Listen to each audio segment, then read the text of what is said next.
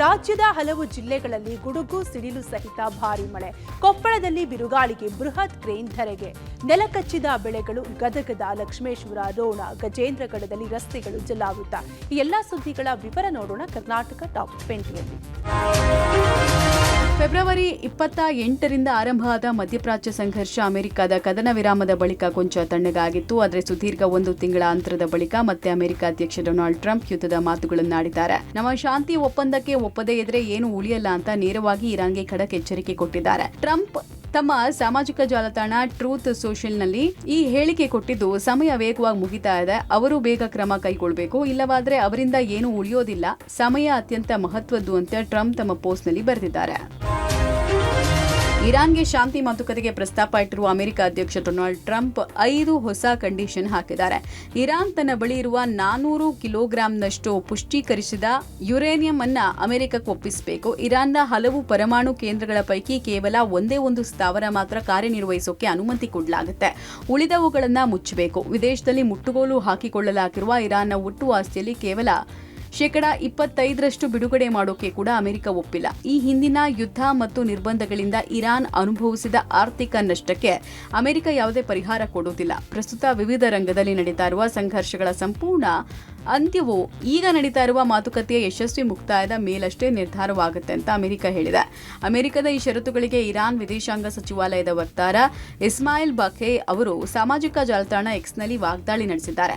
ಜಾಗತಿಕ ಇಂಧನ ಮಾರುಕಟ್ಟೆಯನ್ನ ರಕ್ಷಿಸುವ ನೆಪದಲ್ಲಿ ಅಮೆರಿಕ ಮತ್ತು ಇಸ್ರೇಲ್ ಆಡ್ತಾ ಇರುವ ಸಿನಿಕತನದ ಆಟ. ಮೊದಲು ತಾವೇ ಬಿಕ್ಕಟ್ಟು ಮತ್ತು ಯುದ್ಧವನ್ನ ಸೃಷ್ಟಿ ಮಾಡೋದು, ನಂತರ ಶಾಂತಿ ಸ್ಥಾಪನೆಯ ಹೆಸರಲ್ಲಿ ಮತ್ತಷ್ಟು ದಾಳಿ ನಡೆಸುವುದು ಅವರ ಹಳೆಯ ಚಾಳಿಯಾಗಿದೆ. ಇಡೀ ಪ್ರದೇಶವನ್ನ ಸ್ಮಶಾನವನ್ನಾಗಿಸಿ ಅದಕ್ಕೆ ಶಾಂತಿ ಅಂತ ಹೆಸರಿಡ್ತಾ ಇದ್ದಾರೆ ಅಂತ ಕಿಡಿಕಾರಿದ್ದಾರೆ. ವಾಯು ಪ್ರದರ್ಶನದ ವೇಳೆ 2 EA-18G ಗ್ರೋಲರ್ ಯುದ್ಧ ವಿಮಾನಗಳು ಆಗಸದಲ್ಲೇ ಡಿಕ್ಕಿಯಾಗಿ ಪತನಗೊಂಡಿರುವ ಘಟನೆ ಅಮೆರಿಕದ ಮೌಂಟೇನ್ ಹೋಮ್ ವಾಯುನೆಲೆಯಲ್ಲಿ ಸಂಭವಿಸಿದೆ. ಘಟನೆ ಸಂಭವಿಸುತ್ತಿದ್ದಂತೆ ವಾಯು ಪ್ರದೇಶವನ್ನ ತಕ್ಷಣವೇ ಲಾಕ್ಡೌನ್ ಮಾಡಲಾಗಿದೆ. ಈ ಘಟನೆಯು ಭಾನುವಾರ ಮಧ್ಯಾಹ್ನ 12:30 ಸುಮಾರಿಗೆ ಸಂಭವಿಸಿದೆ. ವಿಪರೀತ ಗಾಳಿಯಿಂದ ನಿಯಂತ್ರಣ ತಪ್ಪಿ ಒಂದು ಯುದ್ಧ ವಿಮಾನ ಮತ್ತೊಂದು ಯುದ್ಧ ವಿಮಾನಕ್ಕೆ ಡಿಕ್ಕಿ ಹೊಡೆದಿದೆ. ತಕ್ಷಣವೇ ವಿಮಾನ ಹಾನಿಗೀಡಾಗಿ ಆಕಾಶದಲ್ಲಿ ಬೆಂಕಿ ಉಂಡೆಗಳು ಚಿಮ್ಮಿವೆ. ಈ ವಿಡಿಯೋ ಸೋಷಿಯಲ್ ಮೀಡಿಯಾದಲ್ಲಿ ಹರಿದಾಡ್ತಿದೆ. ಇನ್ನು ಫೈಟರ್ ಜೆಟ್ಗಳು ಪರಸ್ಪರ ಡಿಕ್ಕಿ ಹೊಡೆದುಕೊಂಡು ಆಗಸದಲ್ಲೇ ಹೊತ್ತಿ ಉರಿದ್ರು. ಫೈಟರ್ ಪೈಲಟ್ ಸೇರಿ 4 ಸಿಬ್ಬಂದಿ ಪವಾಡ ಸದೃಶ್ಯವಾಗಿ ಬದುಕುಳಿದಿದ್ದಾರೆ. ಸಂಪೂರ್ಣ ಸುರಕ್ಷಿತವಾಗಿಯೂ ಇದ್ದಾರೆ ಎಂದು ಯುಎಸ್ ವಾಯುಪಡೆ ಅಧಿಕಾರಿಗಳು ತಿಳಿಸಿದ್ದಾರೆ. ಶಿವಮೊಗ್ಗ ಜಿಲ್ಲೆಯಾದ್ಯಂತ ನಿನ್ನೆ ರಾತ್ರಿ ಸುರಿದ ಗುಡುಗು ಸಿಡಿಲು ಸಹಿತ ಭಾರೀ ಮಳೆ ಸಾಕಷ್ಟು ಅವಾಂತರ ಸೃಷ್ಟಿ ಮಾಡಿದೆ. ಮೈಸೂರು, ಶಿವಮೊಗ್ಗ ಹಾಗೂ ಶಿವಮೊಗ್ಗ ತಾಳಗುಪ್ಪ ಪ್ಯಾಸೆಂಜರ್ ರೈಲುಗಳ ಸಂಚಾರದಲ್ಲಿ ವ್ಯತ್ಯಯ ಉಂಟಾಗಿದೆ. ಇದರಿಂದಾಗಿ ಪ್ರಯಾಣಿಕರು ಗಂಟೆಗಟ್ಟಲೆ ಕಾದು ಹೈರಾಣಾಗಿದ್ರು. ಮಳೆ ಗಾಳಿಗೆ ರೈಲ್ವೆ ಟ್ರ್ಯಾಕ್ ಮೇಲೆ ಬೃಹತ್ ಮರ ಬಿದ್ದಿದ್ದು ವಿದ್ಯುತ್ ಲೈನ್ ತುಂಡಾಗಿದೆ. ಇದರಿಂದಾಗಿ ಶಿವಮೊಗ್ಗ ಚಿಕ್ಕಮಗಳೂರು ಪ್ಯಾಸೆಂಜರ್ ರೈಲು, ಬೆಂಗಳೂರು ಶಿವಮೊಗ್ಗ ಜನಶತಾಬ್ದಿ ರೈಲು ಸಂಚಾರಕ್ಕೂ ಅಡಚಣೆಯಾಗಿತ್ತು. ಮರ ತೆರವುಗೊಳಿಸಿ ವಿದ್ಯುತ್ ಲೈನ್ ದುರಸ್ತಿ ಮಾಡಿದ ಬಳಿಕ ರೈಲು ಸಂಚಾರ ಪುನಃ ಆರಂಭವಾಗಿದೆ. ಇನ್ನು ಧಾರಾಕಾರ ಮಳೆಗೆ ಸಿಡಿಲು ಬಡಿದು ಸುಮಾರು 50 ಕುರಿಗಳು ಸಾವನ್ನಪ್ಪಿರುವ ಘಟನೆ ಭದ್ರಾವತಿ ತಾಲೂಕಿನ ಕಲ್ಲಹಳ್ಳಿ ಗ್ರಾಮ ಪಂಚಾಯಿತಿ ವ್ಯಾಪ್ತಿಯ ಸಿರಿಯೂರು ಗ್ರಾಮದಲ್ಲಿ ನಡೆದಿದೆ. ಚಿತ್ರದುರ್ಗದ ಹಿರಿಯೂರು ತಾಲೂಕಿನ ಮಾರಿಕಣಿವೆ ಮೂಲದ ನರಸಿಂಹಮೂರ್ತಿ ಕಳೆದ 4 ತಿಂಗಳಿನಿಂದ ಶಿವಮೊಗ್ಗದಲ್ಲಿ ಕುರಿ ಮೇಯಿಸ್ತಾ ಇದ್ರು. ತಡರಾತ್ರಿ ತೋಟದಲ್ಲಿ ಕುರಿಗಳು ಮಲಗಿದ್ದ ವೇಳೆ ಸುರಿದಿರುವಂತಹ ಭಾರೀ ಮಳೆಯಲ್ಲಿ ಸಿಡಿಲು ಬಡಿದು 400 ಕುರಿಗಳ ಪೈಕಿ 50 ಕುರಿಗಳು ಸಾವನ್ನಪ್ಪಿವೆ. ಭದ್ರಾವತಿ ಗ್ರಾಮಾಂತರ ಪೊಲೀಸ್ ಠಾಣಾ ವ್ಯಾಪ್ತಿಯಲ್ಲಿ ಈ ಘಟನೆ ನಡೆದಿದೆ. ಇತ್ತ ದಾವಣಗೆರೆಯಲ್ಲೂ ಏಕಾಏಕಿ ಆರಂಭಗೊಂಡ ಗುಡುಗು ಸಿಡಿಲಿನ ಆರ್ಭಟಕ್ಕೆ ಮನೆ ಮುಂದೆ ನಿಂತಿದ್ದ ಶಿಕ್ಷಕ ಹೃದಯಾಘಾತದಿಂದ ಸಾವನ್ನಪ್ಪಿದ್ದಾರೆ. ಹೊನ್ನಾಳಿ ತಾಲೂಕಿನ ಮಲೆಕುಂಬಳೂರು ಗ್ರಾಮದ ಸರ್ಕಾರಿ ಶಾಲೆಯ ಮುಖ್ಯ ಶಿಕ್ಷಕ 56 ವರ್ಷದ ನಾಗರಾಜಪ್ಪ ಮೃತ ದುರ್ದೈವಿ. ಕೊಪ್ಪಳ ಜಿಲ್ಲೆಯ ಕುಷ್ಟಗಿಯಲ್ಲಿ ಭಾರೀ ಮಳೆಗೆ ಬೃಹತ್ ಮರಗಳು ನೆಲಕ್ಕೆ ಉರುಳಿದೆ. ನಗರದ ಕೆಲವು ಕಡೆ ಧರೆಗೆ ಉರುಳಿದ ಬೃಹತ್ ಮರಗಳನ್ನ ಜೆಸಿಬಿ ಮೂಲಕ ತೆರವು ಮಾಡಲಾಗ್ತಾ ಇದೆ. ಇತ್ತ ಜಿಲ್ಲೆಯ ತಾವರಗೆರೆ ಪಟ್ಟಣದ ಬಳಿ ಭಾರೀ ಬಿರುಗಾಳಿಗೆ ವಿಂಡ್ ಫ್ಯಾನ್ ಅಳವಡಿಕೆಯ ಬೃಹತ್ ಕ್ರೇನ್ ಧರೆಗೆ ಉರುಳಿದೆ. ನಿನ್ನೆ ಸಂಜೆ ಏಕಾಏಕಿ ಬೀಸಿದ ಭಾರೀ ಬಿರುಗಾಳಿಗೆ ಈ ಅವಾಂತರ ನಡೆದಿದೆ. ಸ್ವಲ್ಪದರಲ್ಲೇ ಕಾರ್ಮಿಕರು ಪಾರಾಗಿದ್ದು ಅದೃಷ್ಟವಶಾತ್ ಯಾವುದೇ ಪ್ರಾಣಹಾನಿ ಸಂಭವಿಸಿಲ್ಲ. ಕಳೆದ 2 ದಿನಗಳ ಹಿಂದಷ್ಟೇ ಭಾರೀ ಮಳೆ ಗಾಳಿಗೆ ವಿಂಡ್ ಫ್ಯಾನ್ಗಳು ಧರೆಗೆ ಉರುಳಿದ್ವು. ಲಕ್ಷಾಂತರ ಮೌಲ್ಯದ ಬಾಳೆ ಗಿಡ ವಿಳ್ಯದಲ್ಲೇ ಬಳ್ಳಿ ಸೇರಿದಂತೆ ಹಲವು ಬೆಳೆಗಳು ನೆಲಕಚ್ಚಿದೆ. ಇನ್ನು ಗದಗ ಜಿಲ್ಲೆಯ ಲಕ್ಷ್ಮೇಶ್ವರ ಪಟ್ಟಣದಲ್ಲಿ ಕಳೆದ ಕೆಲವು ದಿನಗಳಿಂದ ಮಳೆ ಆಗ್ತಾ ಇದ್ದು ನಿನ್ನೆ ಸಂಜೆ ಸುರಿದ ವರ್ಷಧಾರೆಗೆ ಹಲವು ಅವಾಂತರಗಳಾಗಿದೆ. ಧಾರಾಕಾರ ಮಳೆಗೆ ಪಟ್ಟಣದ ರಸ್ತೆಗಳು ಸಂಪೂರ್ಣವಾಗಿ ಜಲಾವೃತ ಆಗಿದೆ. ಗದಗ, ರೋಣ, ಗಜೇಂದ್ರಗಡ, ಲಕ್ಷ್ಮೇಶ್ವರದಲ್ಲೂ ರಸ್ತೆಗಳಲ್ಲಿ ಮೊಣಕಾಲು ಮಟ್ಟದ ನೀರು ನಿಂತಿದ್ದು ವಾಹನ ಸಂಚಾರಕ್ಕೆ ತೀವ್ರ ಅಡಚಣೆ ಉಂಟಾಗಿದೆ. ಮಳೆಯ ಜೊತೆಗೆ ಬೀಸಿದ ಭಾರೀ ಗಾಳಿಗೆ ಹಲವೆಡೆ ಮರಗಳು ನೆಲಕ್ಕೆ ಉರುಳಿದೆ. ಗಾಳಿಗೆ ಬಿಡಿಎಸ್ಟಿ ಶಾಲೆಯ ಮೇಲ್ಚಾವಣಿ ಹಾರಿ ಹೋಗಿದೆ. ಪರಪ್ಪನ ಅಗ್ರಹಾರ ಜೈಲಿನಲ್ಲಿರುವ ಕೊಲೆ ಆರೋಪಿ ದರ್ಶನ್ ಇನ್ನೂ 1 ವರ್ಷ ಜಾಮೀನಿಗೆ ಅರ್ಜಿ ಸಲ್ಲಿಸುವಂತಿಲ್ಲ. ಕ್ವಾರಂಟೈನ್ ಜೈಲಿನ ಬ್ಯಾರಕ್ನಲ್ಲಿರುವ ಜೈಲು ಹಕ್ಕಿ ದರ್ಶನ್ ನೆನೆದು ಪತ್ನಿ ವಿಜಯಲಕ್ಷ್ಮಿ ಸಾಮಾಜಿಕ ಜಾಲತಾಣದಲ್ಲಿ ಪೋಸ್ಟ್ ಹಾಕಿದ್ದಾರೆ.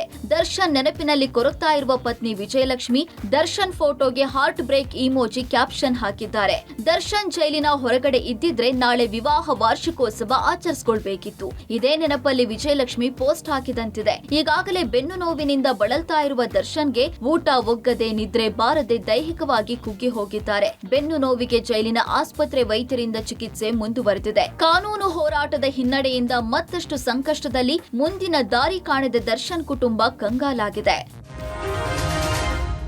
ಬಡ ಹಿಂದೂ ಮಹಿಳೆಯ ಪರವಾಗಿ ನೆರವು ಕೇಳಿಕೊಂಡು ಮುಸ್ಲಿಂ ಮಹಿಳೆಯರು ಉಡುಪಿ ಜಿಲ್ಲಾ ಉಸ್ತುವಾರಿ ಸಚಿವೆ ಲಕ್ಷ್ಮೀ ಹೆಬ್ಬಾಳ್ಕರ್ ಅವರನ್ನ ನಿನ್ನೆ ಭೇಟಿ ಮಾಡಿದ್ರು.